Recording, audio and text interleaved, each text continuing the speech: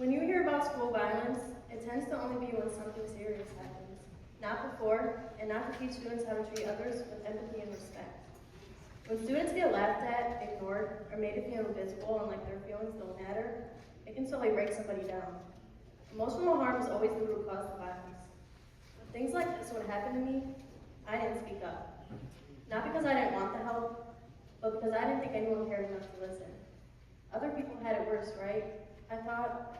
So I learned how to smile through it, stay quiet, and take myself away from the crowd. But in reality, that constant exclusion changes you. It affects how safe or even confident you feel walking into school.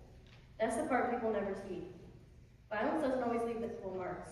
It comes in many different shapes and forms, like isolation, humiliation, and the feeling of not belonging. According to OfficeJusticePrograms.org, imminent warning signs indicate that a youth is at high risk of dangerously violent behavior. Resiliency factors that can counter tendencies towards violence are positive role models, the development of self-esteem and self-efficiency, supportive relationships with friends and teachers, a sense of hope about the future, belief in oneself, and strong social skills. Individuals that commit violence often show changes in mood, their behavior and actions, communication, and performance. Not every concerning behavior is a sign of violence, but things like constant escalating distress or aggression should never be ignored. Often the people that act violent have a hard time controlling their emotions. They have most likely been hurt by someone or something in the past. Violence is often a response to prolonged hurt, bullying, or victimization. Some people who have trouble dealing with their feelings will not lash out on others, instead themselves. The devastating expression from this kind of violence is suicide. This is why early awareness matters. When emotional pain is recognized and supported through connections, these outcomes can be prevented. Recognizing warning signs is not about labeling students as dangerous, but about identifying who needs the emotional support before their pain becomes overwhelming. According to Learning Policy Institute, strategies to build a supportive school community in an effort to protect against factors that lead to violence include mental health supports, social and emotional learning, restores practice, and structures that support positive developmental relationships. Multiple studies have found that these strategies benefit students, support schools, and create conditions that promote safety and reduce violence. There are a variety of strategies to help violence prevention. Students can help prevent and promote violence by creating a safe and supportive environment. Parents can also help prevent this by teaching kids the skills they need to handle situations under pressure. Also teaching kids how to control and cope with their aggression and emotions. Make sure to stay away from weapons, drugs, or alcohol, as this leads to more children engaging in risky, dangerous behaviors. Good ways for students to be a part of the community is to participate in clubs, after-school programs that raise awareness on violence and how to prevent it, and even share your own stories because everyone has at least one.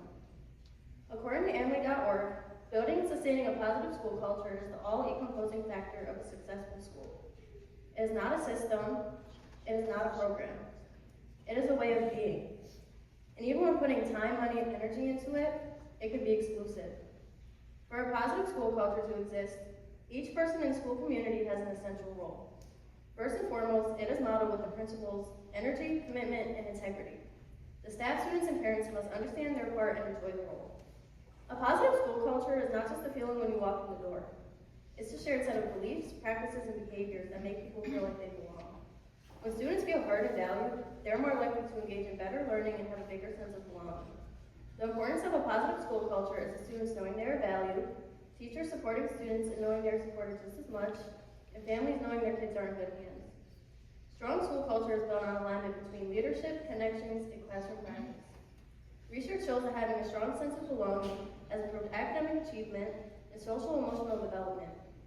Classrooms built on trust give students the closure and confidence they need to explore, problem solve, and grow. You don't have to be a teacher or a counselor to make a difference. Sometimes it's checking in on the quiet kid. Sometimes it's standing up when someone's being made fun of. Sometimes it's simply listening without judging.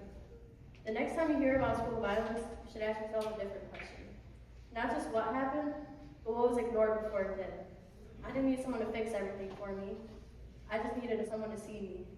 And there are students sitting in schools right now who need the same thing. If we choose empathy over indifference and connection over silence, we don't just reduce violence. We create safer schools where students feel like they belong. Thank you.